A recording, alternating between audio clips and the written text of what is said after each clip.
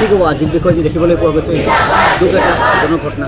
হয়, আপোনালোকে জানেই সদৌ অসম আদিবাসী ছাত্ৰ সন্থা কেন্দ্ৰীয় সমিতি আচাৰ সভাপতি সন্মানীয় প্ৰদীপ নাগ ডাঙৰীয়া যিহেতুকে দীৰ্ঘদিন ধৰি আদিবাসী ছাত্ৰ সন্থাক নেতৃত্ব দি আহিছিলে আৰু অসমৰ আদিবাসী ৰাইজক নেতৃত্ব দি আহিছিলে। কিন্তু আজি এমাহ ধৰি তেখেতে এটা জটিল ৰোগত আক্ৰান্ত হৈ দিল্লী যিটো হস্পিটেলত ব্যক্তিগত খণ্ডৰ হস্পিটেলত তেখেত চিকিৎসাধীন হৈ আছিল আৰু সেই চিকিৎসাধীন হৈ থকা অৱস্থাতে তেওঁ যিহেতুকে শেষ নিশ্বাস ত্যাগ কৰিবলগীয়া হ'ল, যাৰ ফলস্বৰূপে আজি ওদালগুৰি জিলাৰ সাংঘাতিক ধৰণে তেখেতৰ যিখিনি গুণমুগ্ধ আজি আহি ভিৰ কৰিছে, যাতে শেষবাৰৰ কাৰণে প্ৰদীপ নাগ ডাঙৰীয়াক বিদায় দিবৰ কাৰণে সকলোৱে আজি হিল দোল ভাঙি সকলো আদিবাসী জনগোষ্ঠী অনাদিবাসী জনগোষ্ঠী সকলোৱে কিন্তু ওলাই আহিছে। আজি আমি আদিবাসী জনগোষ্ঠী যে তেখেতে নেতৃত্ব দি আছিলে, আজি তেখেতৰ বলিষ্ঠ যিটো কণ্ঠ আছিলে, বজ্ৰ যিটো কণ্ঠ আছিলে, সেই কণ্ঠৰ যোগেদি আদিবাসী জনগোষ্ঠীক কিন্তু তেওঁ সচেতন কৰি ৰাখিছিলে আৰু জাগ্ৰত কৰি ৰাখিছিলে। আৰু আদিবাসী জনগোষ্ঠীৰ যিখিনি সমস্যাবিলাক আছে, এই সমস্যাবিলাকৰ ক্ষেত্ৰত তেখেতে কিন্তু সঠিক ৰূপে কিন্তু চৰকাৰৰ ওচৰত উত্থাপন কৰি আছিল। আৰু যাৰ ফলস্বৰূপে অসমত আদিবাসী জনগোষ্ঠীটোক যিটো বিকৃত নামেৰে নামকৰণ কৰি থকা হৈছিল আৰু তেখেতৰ বলিষ্ঠ নেতৃত্বত আজি আদিবাসী জনগোষ্ঠী কিন্তু আজি ঠন ধৰি উঠিছে। যাৰ ফলস্বৰূপে আজি যে আমাৰ মাজৰ পৰা তেওঁ যে গুচি গৈছে কিন্তু আমাৰ বিশ্বাস হোৱা নাই। যাৰ ফলস্বৰূপে প্ৰদীপ নাগ ডাঙৰীয়া যে আমাৰ এটা জাতীয় সত্তা, প্ৰদীপ নাগ ডাঙৰীয়া আজি গুচি যোৱাৰ পিছতে আমাৰ এটা ৰাজহাড় ভাঙি যোৱা যেন অনুভৱ হৈছে। এই জাতিটোৰ মানে অপূৰণীয় যিটো ক্ষতি হৈছে, এয়া আমি কেতিয়াও ফুলফিল কৰিব নোৱাৰোঁ। গতিকে আমি সদৌ অসম আদিবাসী ছাত্ৰ সন্থা ওদালগুৰি জিলা সমিতিৰ তৰফৰ পৰা যথেষ্ট মৰ্মাহত হৈছোঁ, সকলো আদিবাসী জনগোষ্ঠীয়ে মৰ্মাহত হৈছে।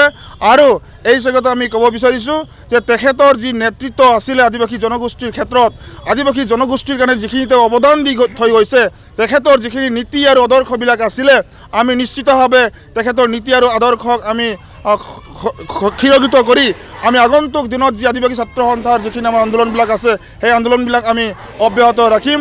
তেখেতৰ যিখিনি স্মৃতিবিলাক আমি নিশ্চিতভাৱে জীয়াই ৰাখিম। তেখেতৰ যি আদৰ্শ স্মৃতিবিলাক আজি অনুপ্ৰেৰণা হিচাপে আমি লৈ আগুৱাই যোৱাৰ কাৰণে আমি চেষ্টা কৰিম। সদৌ অসম আদিবাসী ছাত্ৰ সন্থা আচাৰ ওদালগুৰি জিলা সমিতিৰ তৰফৰ পৰা তেখেতক আন্তৰিক শ্ৰদ্ধাঞ্জলি জ্ঞাপন কৰি আৰু শোকসন্তপ্ত পৰিয়ালবোৰক আমি গভীৰ সমবেদনা জ্ঞাপন কৰিছোঁ।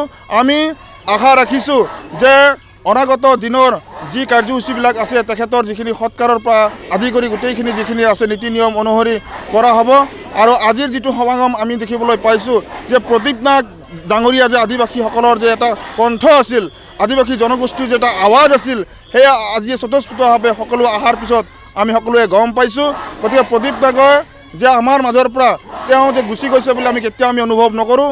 তেখেত আমাৰ মাজত আমাৰ সকলো আদিবাসী জনগোষ্ঠীৰ অন্তৰে অন্তৰে তেখেতৰ যি স্মৃতিবিলাক জিলিকি থাকিব। গতিকে এইখিনি কথাই ক'ব বিচাৰিছোঁ। গতিকে প্ৰদীপ নাগ ডাঙৰীয়া যে আজি সকলো জাতি জনগোষ্ঠীক লগত লৈ তেখেতে কিন্তু কাম কৰি গৈছিল, অসমৰ কাৰণে কাম কৰিছিল।